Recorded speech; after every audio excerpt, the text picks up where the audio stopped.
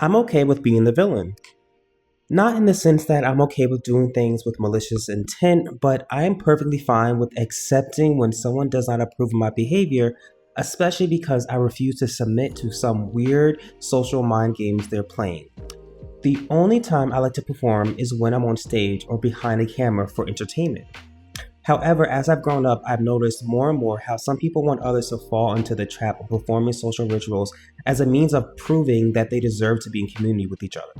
This is not a performance based on good faith and bond building, but rather a series of social tests to see where someone fits in the social hierarchy and what you're willing to put up with for the sake of social engagement.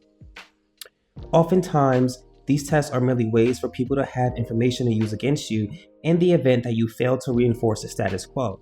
Punishment for having the nerve to choose authenticity over peacekeeping.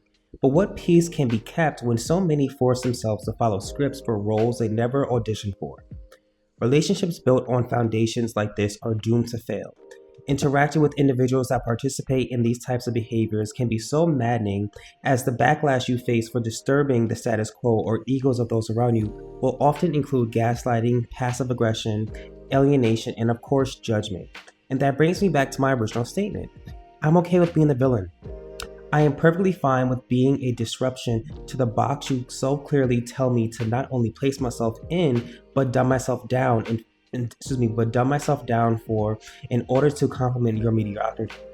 The reactions you'll get when you refuse to abide by these strange social protocols will range from crocodile, will range from crocodile.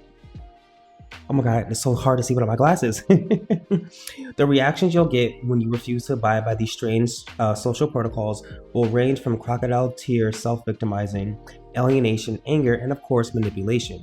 Because why be friends with someone when you can control them instead or make them the villain in your story? I wanted to post this statement because I'm getting ready to really prepare for my upcoming podcast because I really want it to be something I can be proud of. And I'm starting to write statements just to kind of serve as small examples in the future for my different podcast episodes.